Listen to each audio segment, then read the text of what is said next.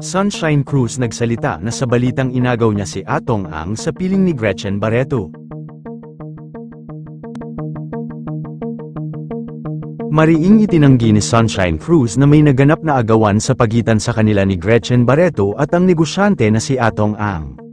Sa pagkumpirma ni Atong na may relasyon sila ng sexy actress na si Sunshine Cruz ay may mga naglabasan na balita na inahas umano ni Sunshine si Atong sa kanya.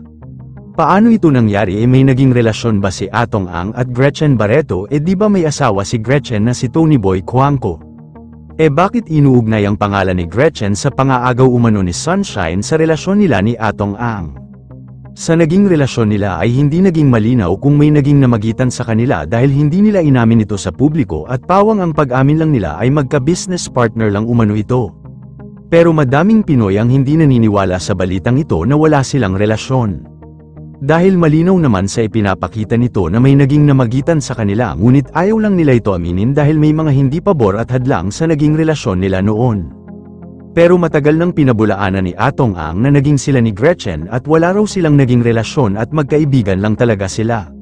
Dahil magka-business partner sila ay naging malalim ang kanilang ugnayan at pagiging magkaibigan kaya naisip ng tao na may naging relasyon sila.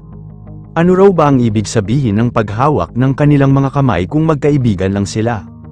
Pero this time ay involved si Gretchen Barreto sa relasyon ni Sunshine Cruz na kung saan inaakusahan ng aktres na si Sunshine na inagaw si Atong Ang sa piling ni Gretchen Barreto. Ngunit sinabi na ni Atong na walang naganap na pangaagaw sa relasyon nila at maayos na naging sila at mapa hanggang ngayon ay magkaibigan pa rin sila ni Gretchen at walang hiwalayan na naganap. Dahil sa viral video ni Atong Ang at Sunshine Cruz na nag-kiss ay napaamin tuloy ang dalawa sa kanilang relasyon. Dahil hindi naman ito magkikis ng ganito kung magkaibigan lang sila at walang namamagitan sa kanila.